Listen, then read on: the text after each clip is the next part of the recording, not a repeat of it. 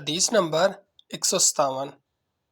حماد بن زید نے اسحاق بن سوید سے روایت کی کہ ابو قتادہ تمیم بن نذیر نے حدیث بیان کی، کہا کہ ہم اپنے ساتھیوں سمیت حضرت عمران بن حسین رضی اللہ عنہ کے پاس حاضر تھے۔ ہم میں مشیر بن کعب بھی موجود تھے۔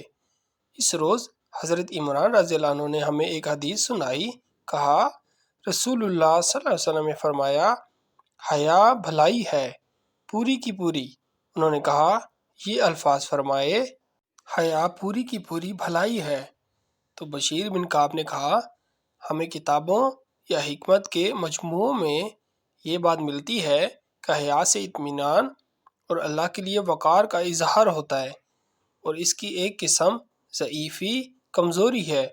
حضرت عمران رضی اللہ عنہ سخت غصے میں آ گئے، حتیٰ کہ ان کی آنکھیں سرخ ہو گئی، اور فرمانے لگے، کیا میں دیکھ نہیں رہا کہ میں تمہیں رسول اللہ صلی اللہ علیہ وسلم سے حدیث سنا رہا ہوں اور تم اس میں مقابلہ کر رہے ہو؟ ابو قتادہ نے کہا، عمران نے دوبارہ حدیث سنائی اور بشیر نے پھر وہی کیا۔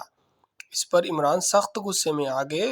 ابو قتادہ نے کہا، تو ہم نے بار بار یہ کہنا شروع کر دیا، اے ابو نجید، حضرت عمران کی کنیت یہ ہم میں سے ہے، مسلمان اور حدیث کا طالب علم ہے، اس کے عقیدے میں کوئی عیب یا نقص نہیں ہے۔